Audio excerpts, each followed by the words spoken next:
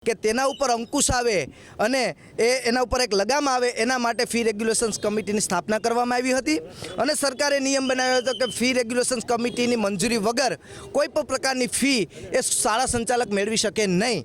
પણ ક્યાંક શાળા સંચાલક મંડળે અને આવા સ્કૂલ માફિયાઓએ પહેલાં એફઆરસીને પણ પોતાની ખીચામાં રાખ્યું હોય તેવી રીતના બેફામ પોતાની રીતે ફી ઉઘરાવવાના ચાલુ કરી દીધા છે।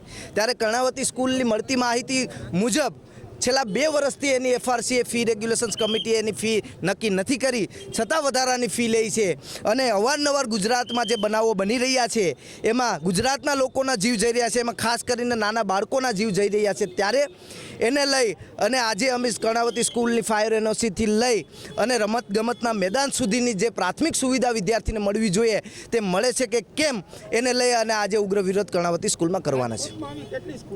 રાજકોટમાં આવી 70% જેટલી સ્કૂલો છે પણ આજેથી એનએસયુઆઈએ શરૂઆત કરી છે।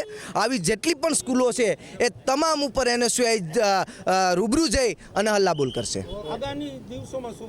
આગામી દિવસોમાં આના ઉપરથી સરકાર બોર્ડ પાસ લે અને જે આવા શિક્ષણ માફિયાઓ છે જે પોતાના સ્વાર્થ માટે વિદ્યાર્થીઓના જીવ જોખમે મૂકે છે, પોતાના સ્વાર્થ માટે વિદ્યાર્થીઓને લૂંટી રહ્યા છે, તેને ઉપર એક અંકુશ આવે તે માટેનો આ એક વિરોધ પ્રદર્શન છે।